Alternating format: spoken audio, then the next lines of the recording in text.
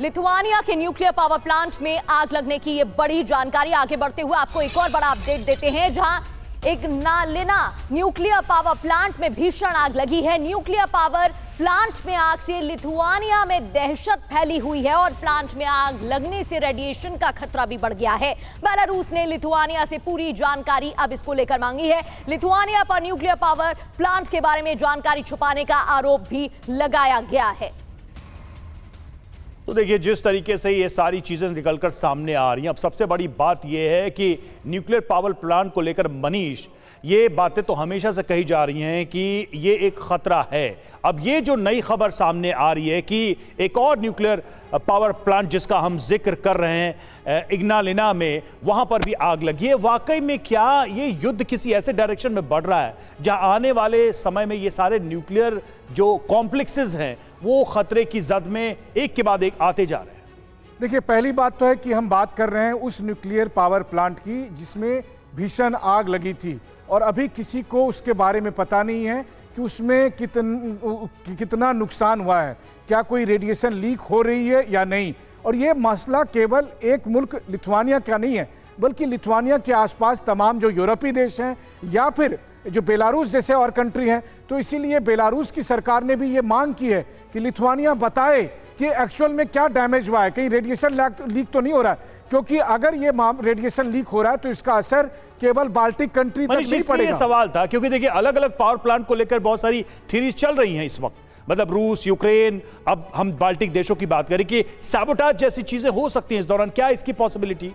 कुछ भी हो सकता है। देखिए, सैबोटाज भी हो सकता है। देखिए, रूस और यूक्रेन के पावर प्लांट तो खतरे की जद में है ही। मैं खुद भी जो यूरोप का सबसे बड़ा पावर प्लांट कहा जाता है ज़ेपोरिज़िया न्यूक्लियर पावर प्लांट, वहां होकर आया था। वहां मैंने देखा कि किस तरह मिसाइल से, ड्रोन से अटैक हो रहे हैं। लेकिन जिस पावर प्लांट की हम बात कर रहे हैं लिथुआनिया में, जो कि बाल्टिक कंट्री में है, जो कि नाटो का कंट्री है, जो कि यूरोप का कंट्री है, वहां पर एक प्लांट में आग लग जा रही है और उसके बारे में सब चुप हैं। चाहे वो सैबोटाज हो या चाहे वो एक्सीडेंट हो, चाहे वो किसी भी तरह की हो, आखिर में रेडिएशन निकलेगा तो उसका नुकसान सबको भुगतना पड़ेगा। उसके गंभीर परिणाम हो सकते हैं। समय को देखते हुए रोक रही हूं मनीष, लौटेंगे आपके पास, लेकिन इस बीच एक और बड़ी ब्रेकिंग। यूक्रेन की एंटी ड्रोन गन तबाह कर दी गई है। जंग के दौरान रूस का अटैक, एंटी ड्रोन गन को थर्माइट से उड़ाया गया है। तो एक और बड़ा अटैक, जंग के दौरान रूस का अटैक। और इधर रूस के बेलगोरोड में यूक्रेन का अटैक। जी हां, रूस के एनर्जी इंफ्रास्ट्रक्चर पर हमला किया गया है। यूक्रेनी हमले में पावर सब स्टेशन तबाह हो गया। बेलगोरोड के कई इलाकों में छाया अंधेरा।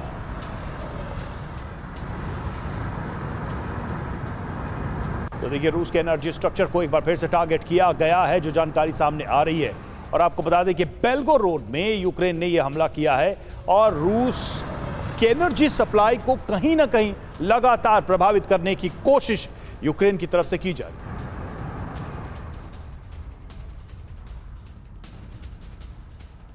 तो ये पहला मामला हालांकि नहीं है। यूक्रेन ने इसके पहले भी ड्रोन्स के जरिए और अलग अलग तरीकों से रूस को कम से कम एनर्जी के लेवल पर दबाव बनाने की कोशिश की है। एक और हमला किया गया है रूस के एनर्जी इंफ्रास्ट्रक्चर पर। हमले के बाद आप देखिए कैसे यहां पर आग लग गई और ये पावर स्टेशन यहां खाक हो गया। और अपनी 1 इंच जमीन रूस को नहीं देगा यूक्रेन। ट्रंप के पीस प्लान पर साइन नहीं करेंगे जेलेंस्की के ऑफिस हेड एंड्री यरमक का ये बड़ा बयान सामने आया है। ऐसे किसी डॉक्यूमेंट पर सिग्नेचर नहीं करेंगे जिससे इलाका छोड़ा जा सके, ये एंड्री यरमक ने साफ कर दिया है।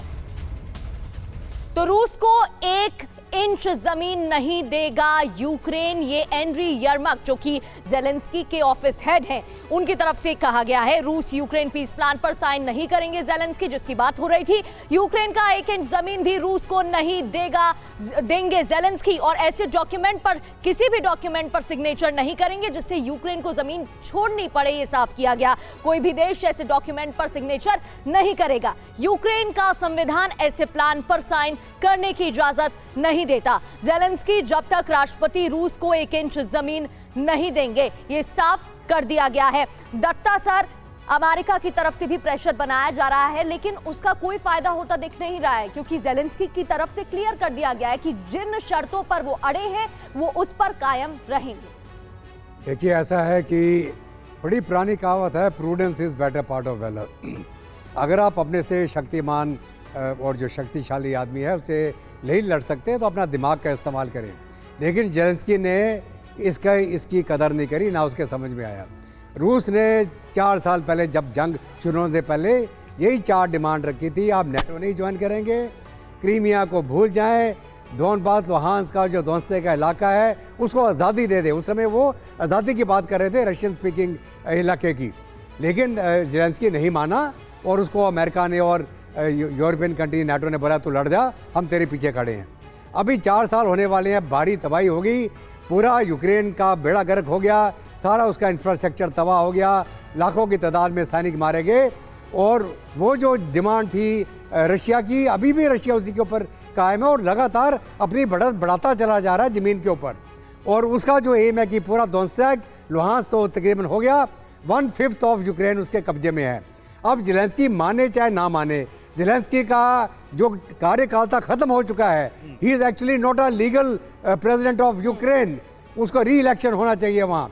और पुतिन ने भी बोला कि जब री इलेक्शन होगा मैं उस आदमी के साथ सिग्नेचर करूँगा, ये इसका जेलेंस्की का कोई लेना देना नहीं है। तो अगर आज के दिन में जेलेंस्की नहीं मानता है, अगर वो मान जाता तब भी मरेगा, नहीं मारता तब भी मरेगा, क्योंकि उसके ऊपर करप्शन के चार्जेस लग रहे हैं, यूक्रेन के अंदर ही उसके ऊपर कार्रवाई हो रही है। अब तो जेलेंस्की के पावर में होने, उनकी गवर्नमेंट की लेजिटिमेसी को लेकर ही रूस की तरफ से सवाल उठाए जा रहे हैं।